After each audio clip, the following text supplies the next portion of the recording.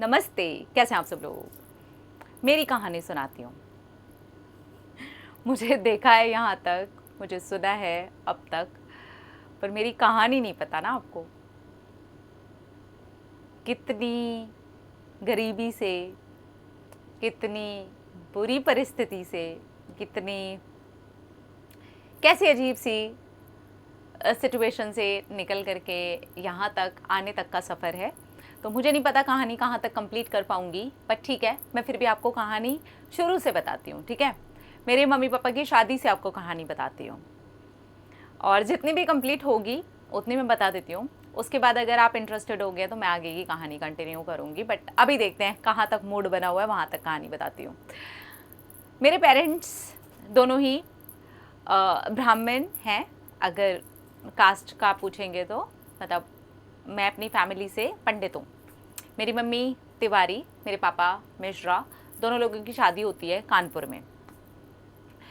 मेरे पापा की गवर्नमेंट जॉब लग चुकी थी और शादी हो करके दोनों लोग अपनी नई गृहस्थी शुरू करते हैं।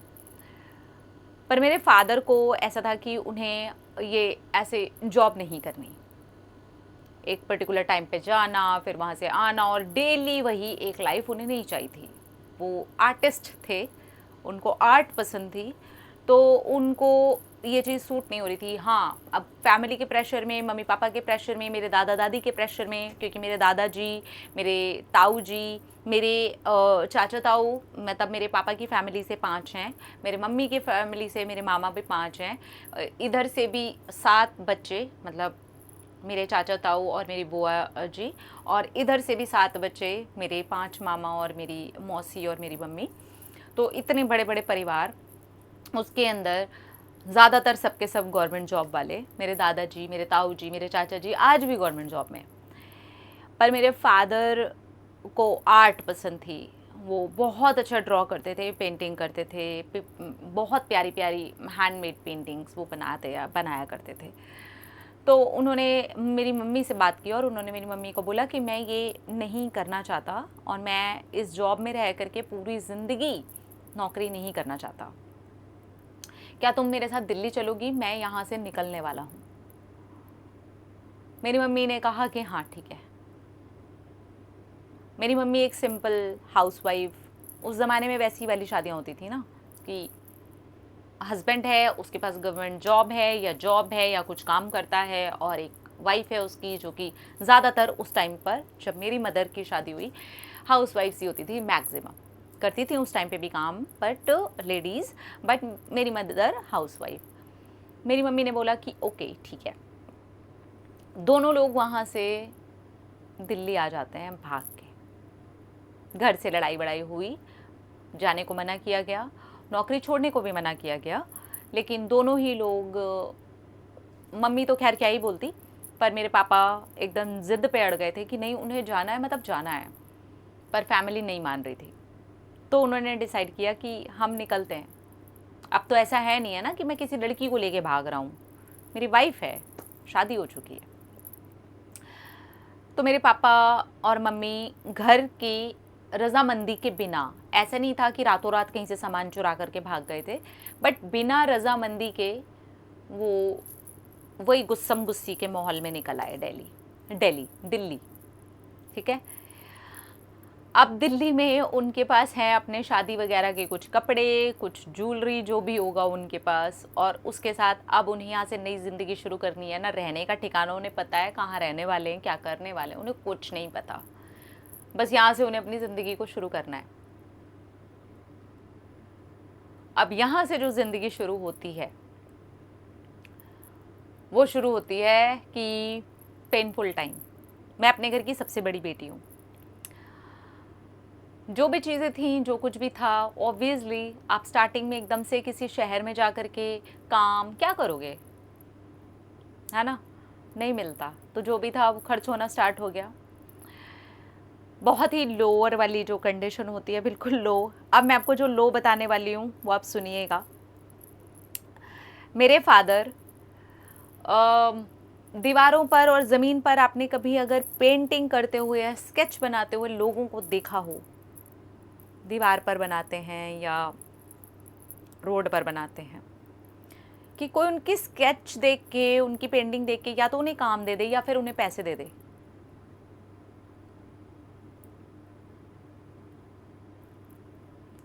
तो ये किया मेरे फादर ने। अब जब ये स्टार्ट हुआ तब वो ऑब्वियसली करते रहे, थोड़े पैसे मिले, कभी किसी ने कुछ अपना बोर्ड बनवाने के लिए बुला लिया, थोड़ा वहाँ से काम मिल गया, बट स्थिति आप समझ ही रहे हो कि कितनी ख़राब हो गई।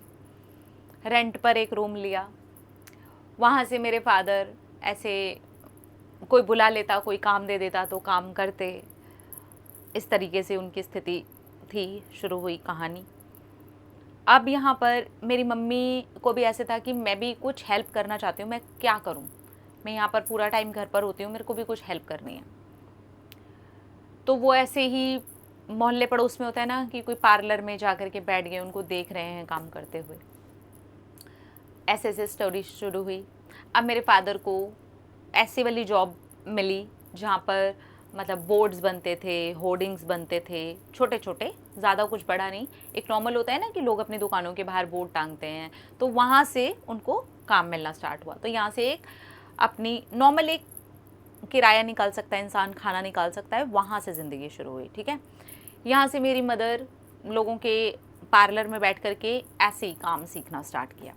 अब मेरे फादर ने बोला कि अगर तुम्हें शौक़ है तो तुम इसकी नहीं अभी नहीं, अभी मेरी मम्मी ऐसे ही सीख रही थी। मेरी मम्मी हो गई इस बीच में प्रेग्नेंट, जो कि मुझसे बड़ी बहन थी, वो मैं नहीं हूँ।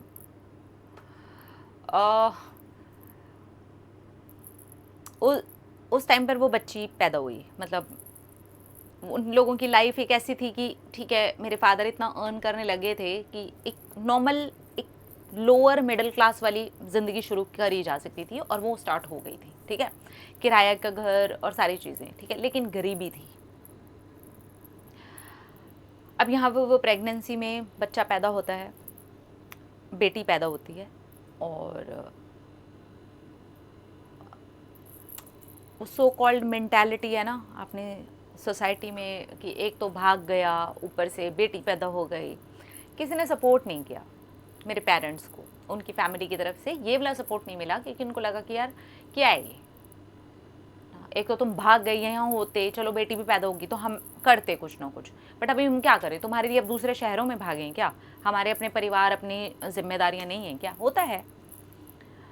इसमें हुआ क्या, क्योंकि इतनी ज़्यादा बुरी कंडीशन थी और गरीबी का टाइम तो था ही। देखिए 6 दिन के बाद वो बच्ची 6th डे पे मर जाती है, उसकी डेथ हो जाती है। मतलब मेरे से जो बड़ी बहन थी उसकी डेथ होती है। अब यहाँ पर ये दोनों लोग, मेरे मम्मी और पापा, मैं बताते बताते थोड़ा भारी हो रही हूँ, मुझे पता नहीं मैं कितना लंबा जाऊँगी, बट लेट्स ट्राई, है ना, कोशिश कर रही हूँ मैं। ओके, उसके बाद मेरे जो पेरेंट्स हैं ना, उनको ऐसे हो गया कि मतलब वो मुझे बोलते कि हमने तुमको मांगा है, हम भगवान जी के पास जाते, हम कोई भी मंदिर में जाते, हम दिया जलाते, हम कहीं भी जाते, हम बस ये बोलते कि हमारी बेटी हमें वापस कर दो, हमें हमारी बच्ची चाहिए वापस, हमें हमारी वो बेटी चाहिए। तो बच्चा नहीं हुआ 3 साल, और ये 3 साल में मेरी मदर को मेरे पापा ने कहा कि अगर तुम सीखना चाहती हो, क्योंकि एक ही चीज़ में माइंड लगा रहता है, बच्चे में, तो बेटर यही होगा कि तुम अगर सीखना चाहती हो, सो बेटर है तुम कोई प्रोफेशनल कोर्स कर लो पार्लर का। तो मेरे पापा ने पैसे कैसे तैसे जोड़ जाड़ के, सब जो भी था, मेरी मम्मी के पास भी कुछ था, ज्वेलरी वगैरह, वो सब दे दा करके मेरी मम्मी ने एक जगह पर अच्छा रेपुटेटेड कोई उस टाइम का था, वहाँ पर मेरी मम्मी ने पार्लर का कोर्स किया। ठीक है, वो पूरा उनका कोर्स हुआ और सारी चीज़ें हुई। फिर मेरी मम्मी बोलती हैं कि मैंने एक मंदिर में मन्नत मांगी थी, वहाँ पर आज भी वो मंदिर दिखाती हैं और दिल्ली में है वो मंदिर। तो बोलती हैं कि मैंने ना मन्नत मांगी थी कि भी मेरी बेटी आ जाए, अब तो मैंने यहाँ से कोर्स भी कर लिया और ये भी हो गया, वो भी हो गया, बस मेरी बेटी आ जाए। तब तुम आ गई पेट में और मैं प्रेग्नेंट हो गई। और इसके पहले 3 साल तक सब डॉक्टर्स ने मना कर दिया था कि नहीं लग रहा। तो फिर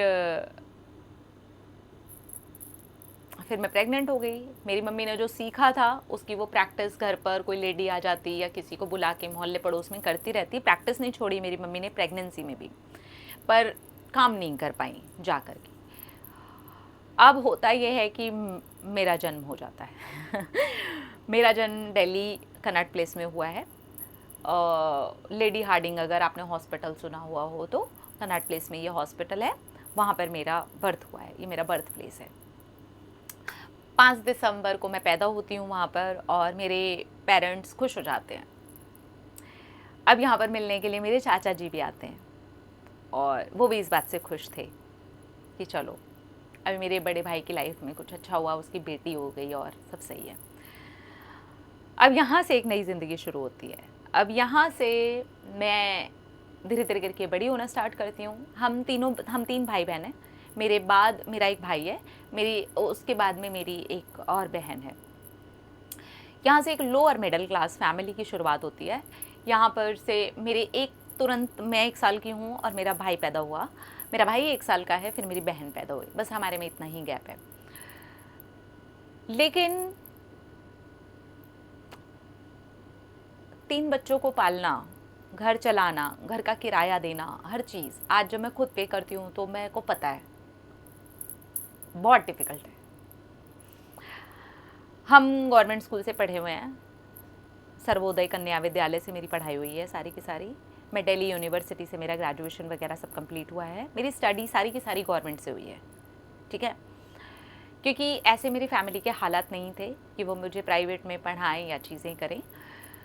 क्योंकि मैं घर की सबसे बड़ी बच्ची थी, तो मैं ये देखती थी कि मेरे पापा मम्मी बहुत सारे कॉम्प्रोमाइज़ करते हैं लाइफ में, बहुत सारे, खाने में, कपड़ों में, चद्दरों में, पर्दों में, हर एक चीज़ में जो करते हैं लोअर मिडिल क्लास के लोग करते हैं, हर चीज़ में कॉम्प्रोमाइज़ करते हैं। तो वो कॉम्प्रोमाइज़ डेफिनेटली मैंने देखे हैं। मुझे आज भी याद है, मैं बड़ी हो गई थी, करीब 9-10 साल की हो गई होंगी, आसपास ही रहा होगा। मैंने कभी चोकोबार नहीं खाई थी,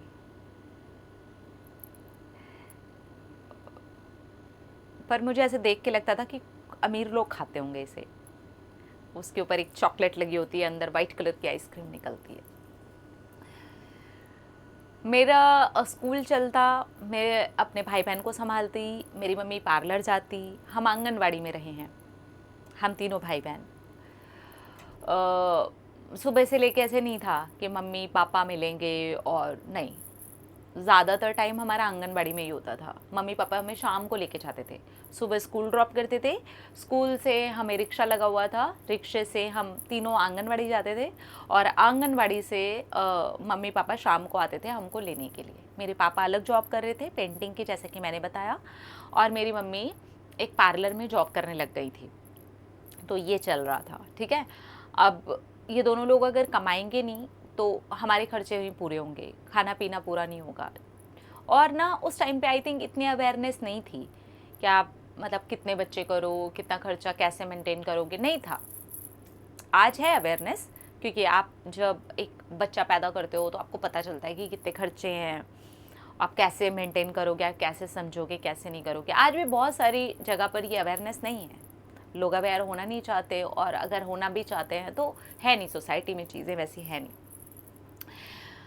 तो यहाँ से मैं अपने पापा को देखती पेंटिंग करते हुए, मेरी मम्मी को देखती पार्लर के लिए जाते हुए, ये ज़िंदगी चलती रही। मेरे पापा बहुत बार वो बोर्ड्स वगैरह घर पर भी लाते थे। आपने देखे होंगे इस तरीके के बोर्ड बने होते हैं, इधर भी लिखा होता है, इधर भी लिखा होता है, दुकानों के लिए ना, लोग अपनी दुकानों के बाहर लगाते हैं। वो बोर्ड मेरे पापा मेरे घर के अंदर बनाते थे। तो वहाँ से क्या हुआ, मुझे खुद को पेंटिंग का शौक़ आया। मैं अपने पापा के साथ पेंटिंग करती, छोटी थी तब मैं, और स्कूल जाती थी मैं। एजुकेशन का ऐसा कुछ नहीं था कि अलग से क्लासेस और अलग से, नहीं, कुछ नहीं था। हम स्कूल पढ़ रहे हैं, वो अपने आप में बहुत बड़ी बात थी। ये रही है मेरी स्कूल टाइम तक की ज़िंदगी। ऐसी ज़िंदगी देखी है मैंने, ऐसी ज़िंदगी मैंने देखी है अरे अपने 8th स्टैंडर्ड तक, 7th या 8th स्टैंडर्ड तक मैंने ऐसी ज़िंदगी देखी है। क्योंकि इसके बाद मुझे याद है कि हमने अपना घर लिया था। उस दिन अपना घर क्या होता है ना, मुझे उस घर में पता चला था।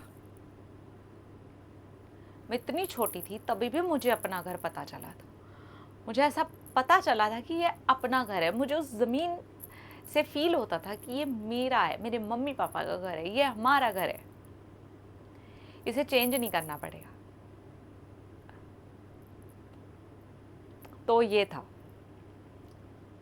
मैं ये सारी बातें बताऊँ क्यों बता रही हूँ आपको, कि आप कितने भी नीचे से क्यों ना आए हो, मेरे पापा और मम्मी कितनी नीचे से आए हैं, जहाँ ज़मीन पे ड्रॉ करके वो पेंटिंग से पैसा कमा रहे थे। तो आप कितने भी नीचे क्यों ना हो, अगर आप मेहनत करते हो और वो जज्बा रखते हो और वो हिम्मत रखते हो तो आप आगे पहुंच सकते हो।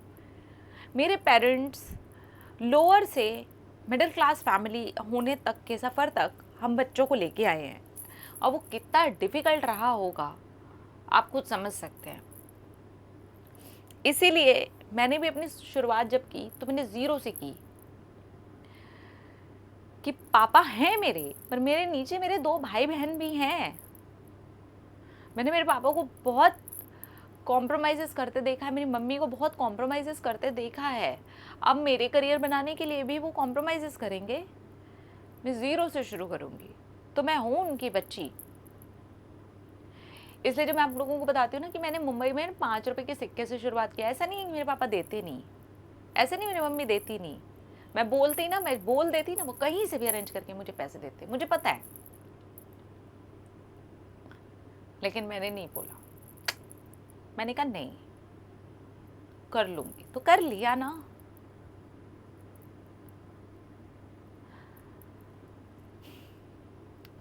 इसके बीच में भी बहुत सारी चीज़ें हैं, स्टडी, फिर मेरा थिएटर जाना, मैं बाद में कभी डिस्कस करूँगी। पर यहाँ तक कि बताने में मैं बहुत हैवी फील करने लगी, बट ठीक है, मैं अच्छा फील कर रही हूँ क्योंकि मैं अच्छा फील कर रही हूँ क्योंकि मैं निकाल पाई, मैं बता पाई, मैं इस कहानी के थ्रू अगर आपको थोड़ा सा भी मोटिवेशन दे पाई, समझा पाई, क्योंकि ये सो कॉल्ड कोई ऐसी मोटिवेशनल स्टोरी नहीं है जो किसी बुक में हो, जो किसी जगह पर किसी ने लिख दी हो। मेरी खुद की ज़िंदगी की कहानी है। मैंने एक बच्चे की आइसक्रीम पर से गिरी हुई चॉकलेट उठा करके खाई है। उसकी गिर गई थी चोकोबार में से ऊपर की चॉकलेट, गिर जाती है ना कई बार उसकी वो पपड़ी। मैंने अपनी बहन को बताई थी ये बात, तो बोली दीदी आप पागल हो, आपने किसी की गिरी हुई चॉकलेट खा ली। मैंने कहा पता नहीं, मैंने कभी खाई नहीं थी, मेरा मन था।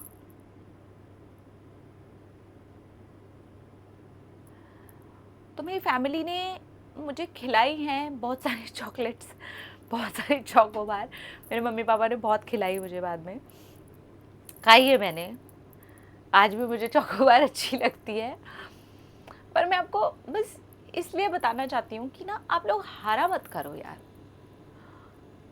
हारा मत करो। ज़िंदगी किसको हराने के मौके नहीं देती, किसको नहीं गिराती, किसको ऐसे फील नहीं करवाती। पर मेरे पापा ने तो ज़बरदस्ती चुना, मैंने भी ज़बरदस्ती चुना। हम दोनों को सपोर्ट था, मेरे पापा को सपोर्ट था गवर्नमेंट जॉब का, पर नहीं, वो कला ही करना चाहते थे, वो अपनी पेंटिंग्स ही बनाना चाहते थे, वो ड्राइंग ही करना चाहते थे।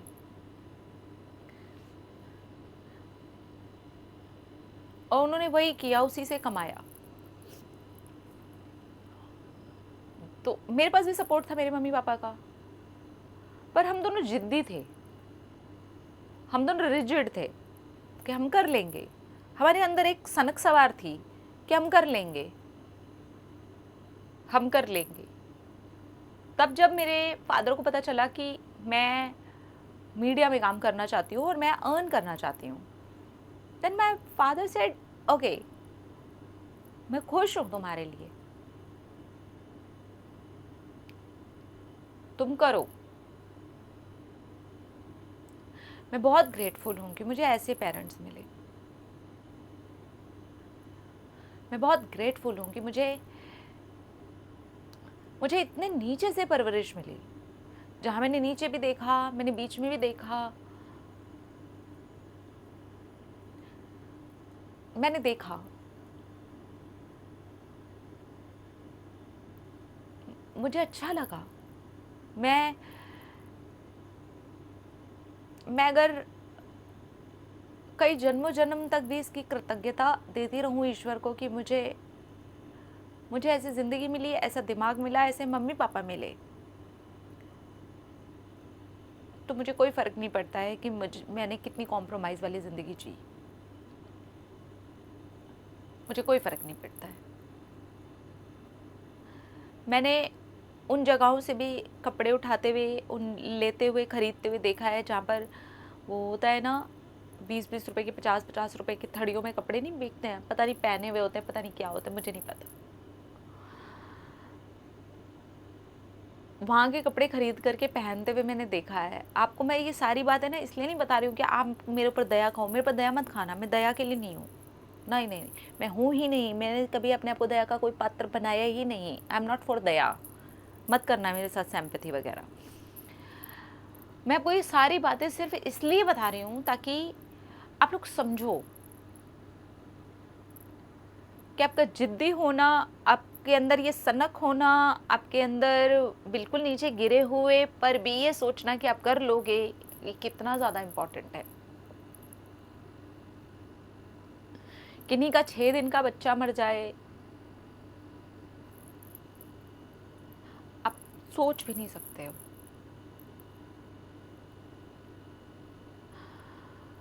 उसके बावजूद अपने आप को स्ट्रॉन्ग रखना, अपने आप पर काम करते रहना, कोर्स करना, सीखना, थोड़े थोड़े पैसों में जाना, यहाँ सीखना, वहाँ सीखना।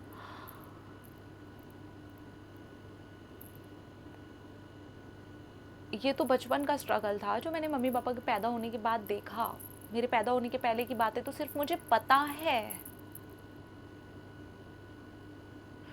तो इतने स्ट्रॉन्ग डीएनए, इतने स्ट्रॉन्ग मम्मी पापा, इतना ऐसी स्थिति से आने के बाद अगर मैं यहाँ तक हूँ ना, तो मैं ये कहती हूँ, आज भी मेरी मम्मी देख के कहती है, मुझे तुमको देख के बहुत खुशी होती है। मुझे तुमको देख के ऐसे फील होता है कि हमने तुम्हें मन्नतों में मांगा था और तुम यहाँ हो।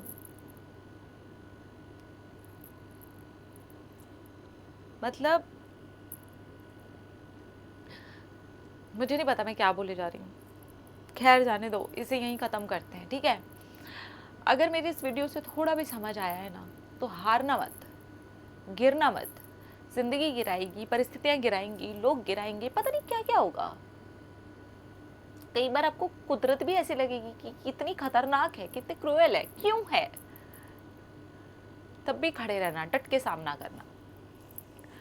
आपको अपनी ज़िंदगी में सब कुछ बेस्ट होता हुआ दिखेगा, क्योंकि वो आपका जज्बा करवाएगा, वो आपकी एनर्जी करवाएगी, वो आपके इंटेंशंस करवाएंगी, वो आपका होना करवाएगा, वो आपका अस्तित्व करवाएगा।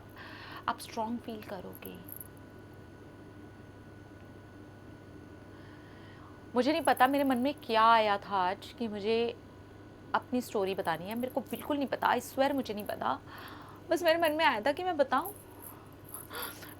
यहाँ पे आप एक हंसती खिलती लड़की देखते हो, आप एक ऐसे इंसान को देखते हो जो पैसे की बात करती है, जो लड़कियों के मोटिवेशन की बात करती है, जो लड़कियों के ऊपर उठने की बात करती है, जो लोगों की पर्सनालिटी की बात करती है, जो रिश्तों की बात करती है, जो ये बताती है ऐसे अच्छा कर लो, वैसे खराब कर लो, ये हो गया, ये हो गया, ये हो गया, कोई इग्नोर करे तो ये कर लो।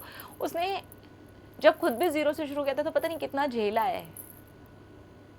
इसलिए मैं अपने पापा को सलाम करती हूँ, मैं प्राउड फील करती हूँ, मैं नतमस्तक हूँ, मैं जन्मों जन्म के लिए नतमस्तक हूँ उस इंसान के जो मेरे पापा हैं, जो मेरी मम्मी है, क्योंकि उन्होंने स्ट्रॉन्ग रहना सिखाया है। गिरी हुई कंडीशन में भी मैंने जब उनको देखा है तो मैंने ये नहीं देखा है बेचारे, मैंने ये देखा है कि यार इसमें भी कर रहे हैं, रो नहीं रहे, कोई कंप्लेन नहीं है। और अगर करते भी हैं तो मैंने उनसे भी सीखा है कि कंप्लेंट्स भी हैं तो हैं, आपस में लड़ाइयाँ भी हो रही हैं, वो भी देखा है।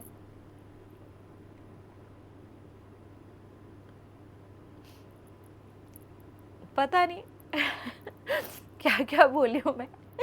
एनीवे भूल जाओ, ठीक है। बस इतना याद रखो, बी स्ट्रॉन्ग, और आप कर सकते हो।